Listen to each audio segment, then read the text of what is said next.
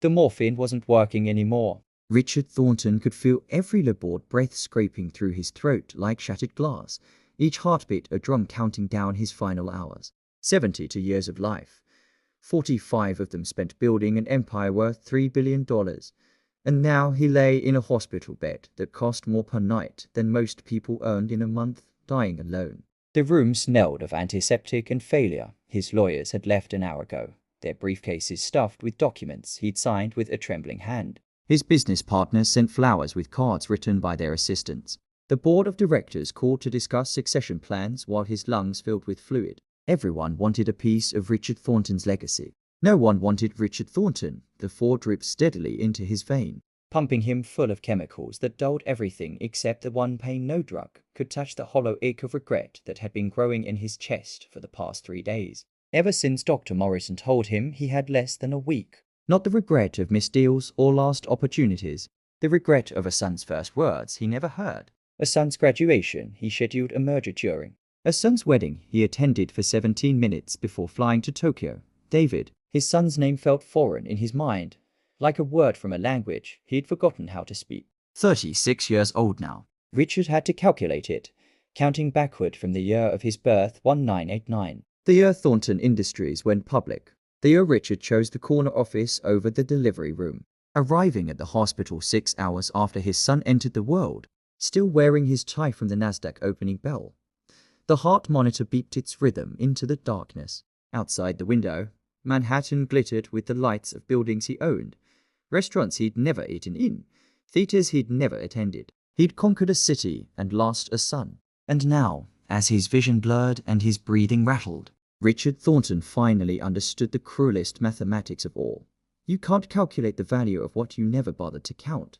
The nurse changes for bag without making eye contact. Richard had that effect on people now the dying were uncomfortable to look at, especially the dying who'd spent their lives making others uncomfortable with their power. She adjusted the flow rate and left without a word, her rubber soles squeaking against the sterile floor. He reached for his phone with a hand that looked like a stranger's skeletal, liver spotted, trembling. The screen lit up with notifications, stock alerts, meeting reminders that no longer mattered, emails from people who didn't know he was dying. He scrolled past all of it, searching for the one contact he hadn't called in 7 years. David Thornton. His thumb hovered over the name. What do you say to a son you don't know? How do you apologize for missing an entire childhood, an entire life? Richard had negotiated billion-dollar deals, had stared down corporate raiders and hostile boards, but the thought of pressing that call button filled him with a terror more profound than death itself. What if David didn't answer? What if he did? The phone slipped from his fingers, clattering onto the tray beside him. The effort of holding it had exhausted him. Everything exhausted him now. Breathing exhausted him. Living exhausted him. And yet dying was taking its sweet time. Before we continue with what happened next, if this story is touching your heart, please hit that subscribe button and like this video. Drop a comment below telling me what city and country you're watching from. I love seeing where our community spans across the globe. Your support keeps these powerful stories coming. Now, let's dive into the chapters that will show you why Richard Thornton's final days became his most important. The pneumonia had started as a cough Richard ignored for 6 months. By the time he'd allowed his assistant to schedule a doctor's appointment squeezed between a shareholders' meeting and a conference call with Beijing, the infection had burrowed deep into his lungs, setting up camp in tissue already weakened by decades of 18-hour workdays and stress that had turned his blood pressure into a ticking time bomb. Dr. Morrison, a woman young enough to be his daughter, had delivered the news with the kind of clinical detachment Richard appreciated in business but found horrifying in medicine. Stage 4 lung cancer. Metastasized to your liver and lymph nodes. The pneumonia is secondary, but it's what's going to kill you first. Your immune system is compromised. We can make you comfortable, Mr. Thornton. That's all we can do now, she'd said it while looking at her iPad. Scrolling through scans that showed his insides lit up like a Christmas tree, bright white spots of death blooming throughout his body. Richard had nodded, thanked her, and asked how long he had. 3 to 6 months, possibly less with the pneumonia. I'd recommend hospice care. He'd refused, choosing instead the penthouse suite at Manhattan Presbyterian, where the view was better and the illusion of control could be maintained a little longer. That was 3 weeks ago. The morphine drip they'd started yesterday meant 3 to 6 months had become 3 to 6 days. his executive assistant.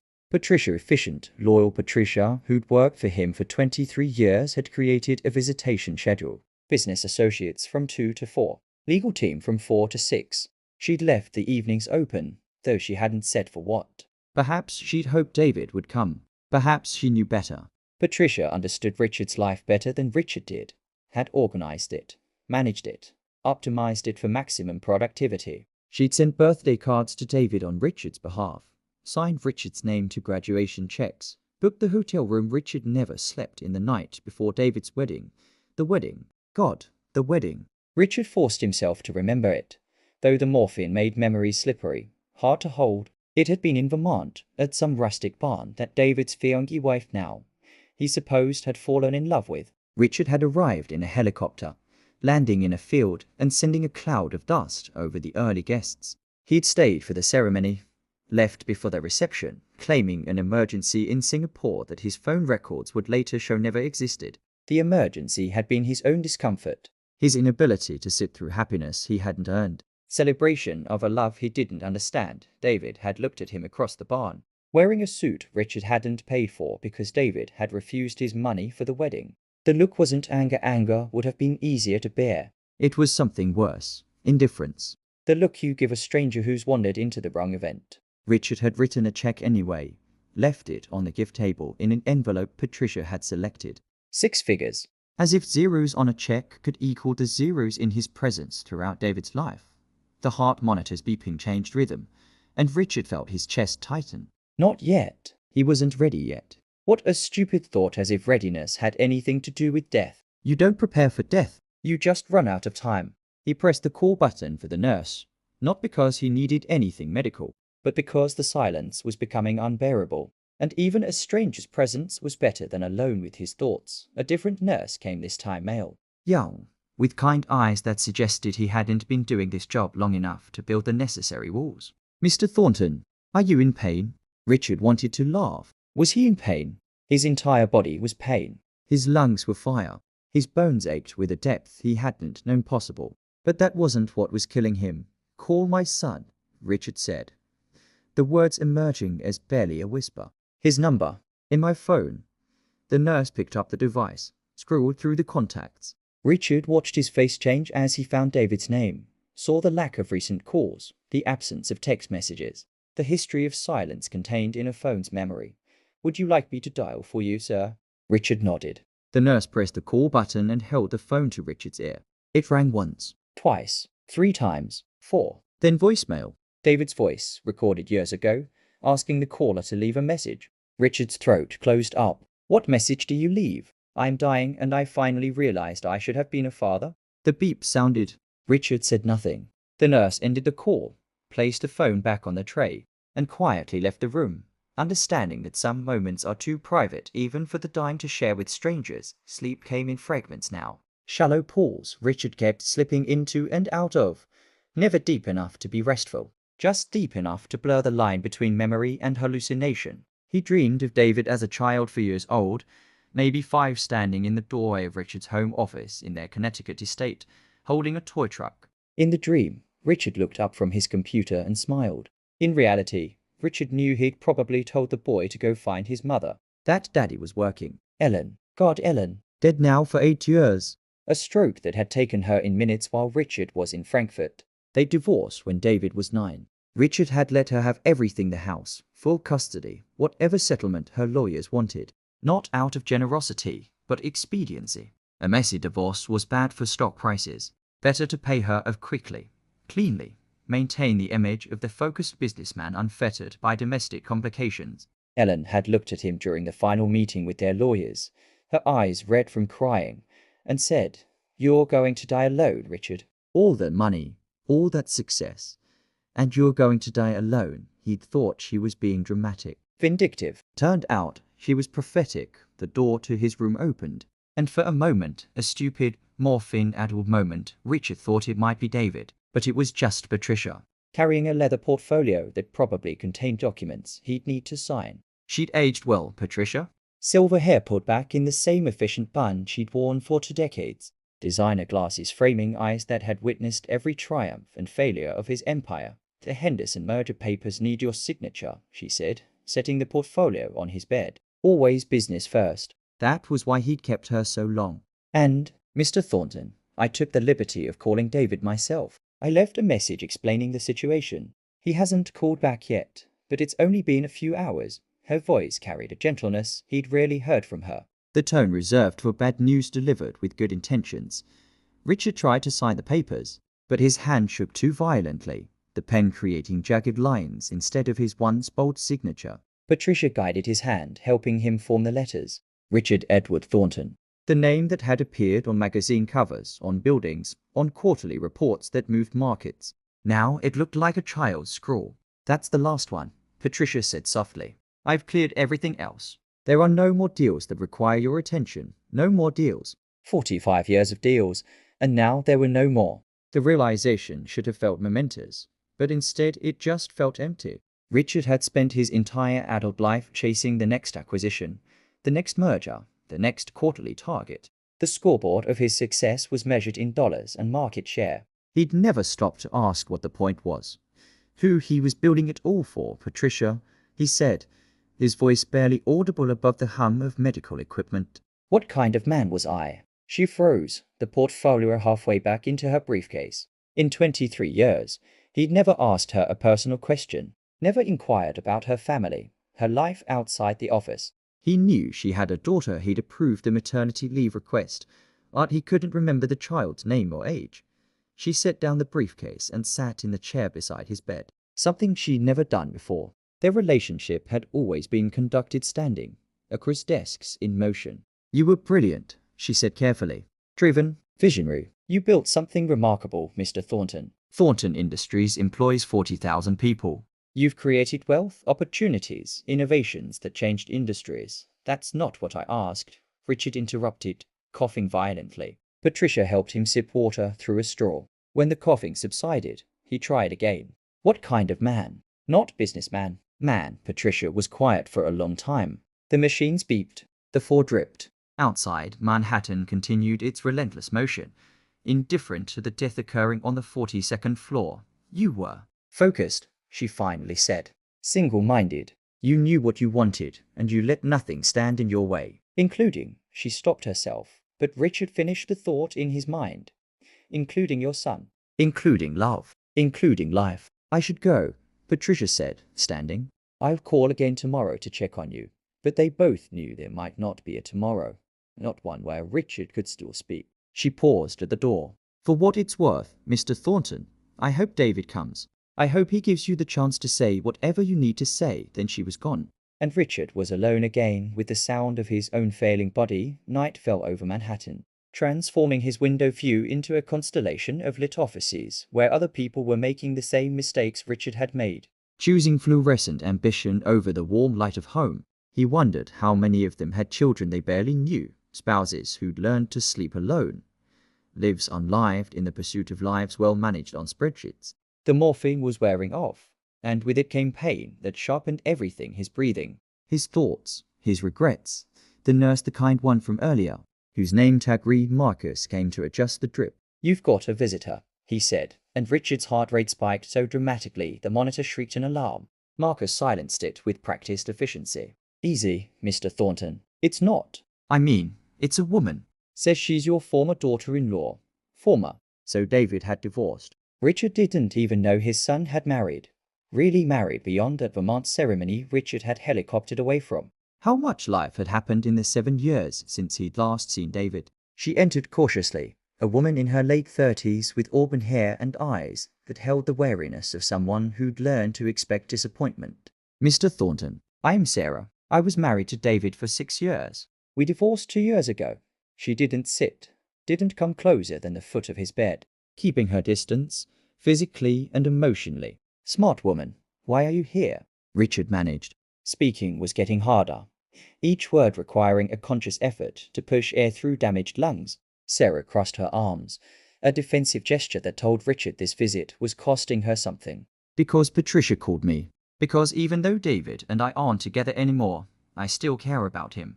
And because someone needs to tell you the truth before you die. The truth. Richard almost laughed, but laughing would trigger another coughing fit. Go ahead, he whispered. I'm listening. Sarah moved to the window, looking out at the city rather than at him. Maybe it was easier to say hard things to glass and steel than to a dying man's face. David idolized you when he was little, she began. His MOM showed me pictures once David in a tiny suit and tie, carrying a briefcase to kindergarten because he wanted to be like Daddy. He used to practice signing his name the way you signed yours, with that flourish at the end. He studied business in college not because he loved it, but because he thought maybe if he understood your world, you'd finally see him. Each word landed like a physical blow. Richard felt tears, actual tears, something he had experienced since he was a child burning behind his eyes. Sarah continued, her voice steady but thick with old anger. He joined Thornton Industries after graduation. Did you know that? Of course you didn't. He worked in the marketing department for 3 years. He'd schedule meetings with you, and your assistant would cancel them. He'd send you reports with his ideas, and they'd disappear into whatever black hole your correspondence went into.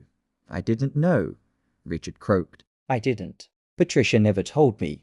But that was a lie, wasn't it? Or maybe not a lie, but a willful blindness. Patricia had probably mentioned it, probably put it in one of those daily briefings Richard schemed while thinking about quarterly earnings. David had been there, in his own building, and Richard had been too consumed with empire to notice his son working 30 floors below. He quit 4 years ago, Sarah said, turning to face him now. Started his own business. Something small, something he actually cared about, a non-profit that helps underprivileged kids get access to business mentorship. It doesn't make much money. It'll never make the Forbes list. But David is happy. Or he was, until the divorce. That was my fault, not yours. I bring it up only because you should know. Your son built something meaningful without you. Despite you. The heart monitor was beeping erratically now. Richard's damaged heart struggling to process information his brain was feeding it. David had his own business. David helped children. David had been happy. All of this had happened in a world Richard never bothered to look at. A parallel universe where his son existed fully realized, and Richard had missed all of it. Where is he? Richard asked, his voice breaking. Why won't he come? Sarah's expression softened slightly, pity mixing with the anger. Because he's scared, Mr. Thornton. Scared that if he comes, you'll hurt him one more time. Scared that you're only calling because you're dying, not because you actually want to know him. And honestly, he might be right. Sarah left after promising nothing except that she'd try to convince David to visit. No guarantees, no false comfort. Richard appreciated that, the honesty of it. The morphine drip increased automatically, some algorithm detecting his vital signs and deciding he needed more chemical peace. But peace wasn't what Richard wanted. He wanted to stay sharp, stay present for however many hours he had left. He pressed the call button and asked Marcus to reduce the flow. Mr. Thornton, you're going to be in considerable pain, Marcus warned. I know, Richard said. I deserve it. The night stretched long and terrible. Pain became his companion, his confessor, his punishment. Every breath was a reminder that he'd wasted 45 years of breaths on the wrong things. His phone lay on the tray beside him, dark and silent. No calls, no messages. Just the absence of a son who'd learned that absence was the language his father spoke most fluently. Memories came unbidden, sharp and cruel in their clarity. David's 10th birthday party Richard had promised to come, had even cleared his schedule. But then the Tokyo office had a crisis and he'd taken a call that lasted 3 hours. He'd missed the cake, the presents, the look on David's face when Ellen had to explain that Daddy wasn't coming. Again, Richard had sent a bicycle the next day, expensive and top of the line. Ellen had called to say David left it in the garage, never rode it. At the time, Richard had thought the boy was being ungrateful. Now he understood. You can't ride a bicycle with your father if your father is never there. David's high school graduation. Richard had attended that one. Sat in the back of the auditorium checking emails on his BlackBerry while his son walked across the stage to collect a diploma Richard had never seen. David had been valedictorian. Richard discovered this 3 years later when cleaning out a drawer and finding the program Ellen had mailed him. Valedictorian. His son had been the smartest kid in his class. And Richard hadn't known, hadn't cared enough to ask. The machine monitoring his oxygen levels started beeping warnings. Marcus appeared, checked the readings, adjusted something. Mr. Thornton, your blood oxygen is dropping. We need to increase the flow. Richard shook his head weakly. Not yet. I need to think clearly. Please. Marcus hesitated, then nodded. 20 more minutes. Then I'm overriding you. 20 minutes. How much life could you fit into 20 minutes? How much regret? Richard thought about Ellen, about the early days before success had poisoned everything. She'd been a painter, had met Richard at a gallery showing when he was still a mid-level manager with dreams bigger than his paycheck. She'd loved his ambition then, found it attractive. When had it become the thing that destroyed them? Probably around the time Richard started missing dinners, then weekends, then entire months of their marriage to business trips that could have been handled by subordinates. Ellen had tried. God, she tried. She'd organized family vacations that Richard would join for a day before flying back for meetings. She'd cooked elaborate meals that grew cold while Richard worked late. She'd asked him, pleaded with him, to choose them over work just once, just one time, and Richard had looked at her like she was asking him to cut off his arm. Work wasn't something he did. It was who he was. Also, he'd convinced himself the divorce had been efficient. Richard appreciated efficiency. They'd split assets, divided belongings, terminated a marriage with the same clinical precision Richard used to terminate underperforming executives. Ellen had cried during the final paper signing.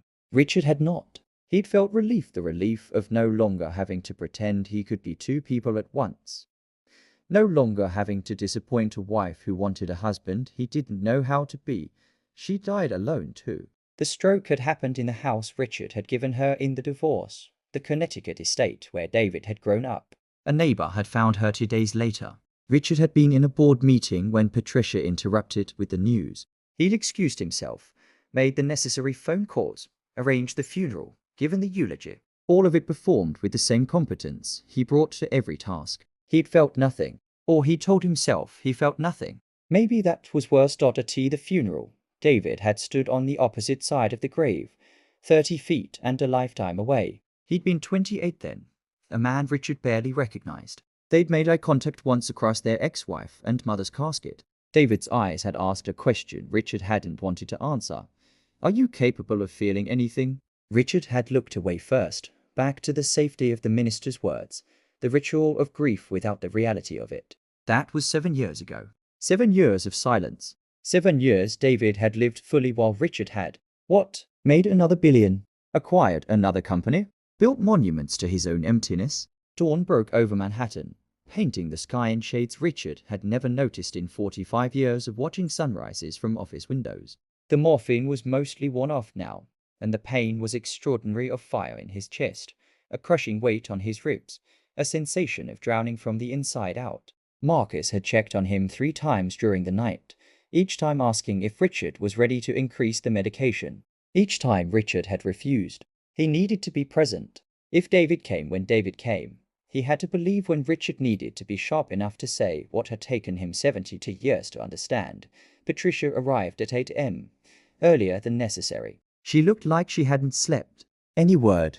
Richard managed to ask. She shook her head. I've tried David's number 6 times. Sarah says she spoke with him, but he's not ready. Mr. Thornton, you need to prepare for the possibility that he won't come. Some wounds are too deep, Richard wanted to argue.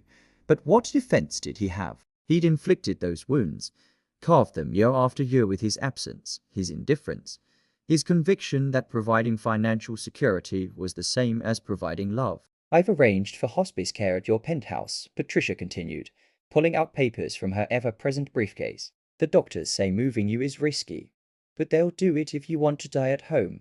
Home. The word felt meaningless. His penthouse was 20,000 square feet of imported marble and original artwork and furniture that cost more than most people's houses. It was a showcase, a trophy, a tax write-off. It had never been a home. No, Richard said. Here is fine. At least here, people are paid to pretend they care. Patricia flinched at that, and Richard immediately regretted his bitterness. I'm sorry.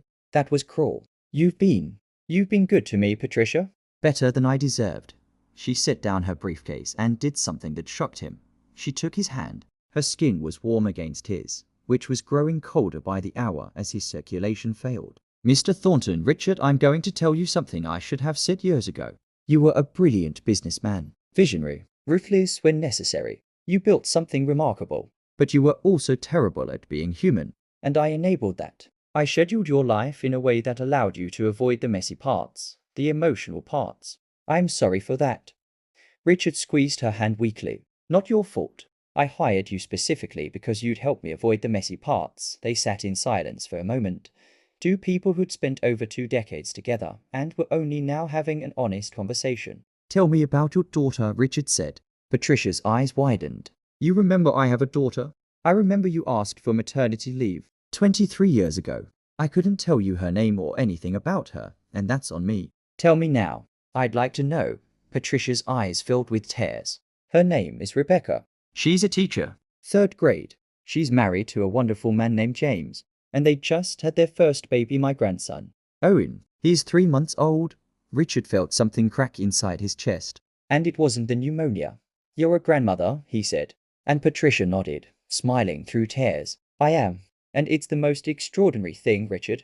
Holding him, this tiny person who's part of Rebecca, who's part of me. It makes everything else seem so small. She paused. I work 60 hours a week. But I see Owen every Sunday. I hold him. I sing to him. Rebecca jokes that I am making up for not being around enough when she was little. Maybe she's right. But I'm trying now. It's not too late for me. The implication hung between them. But it might be too late for you.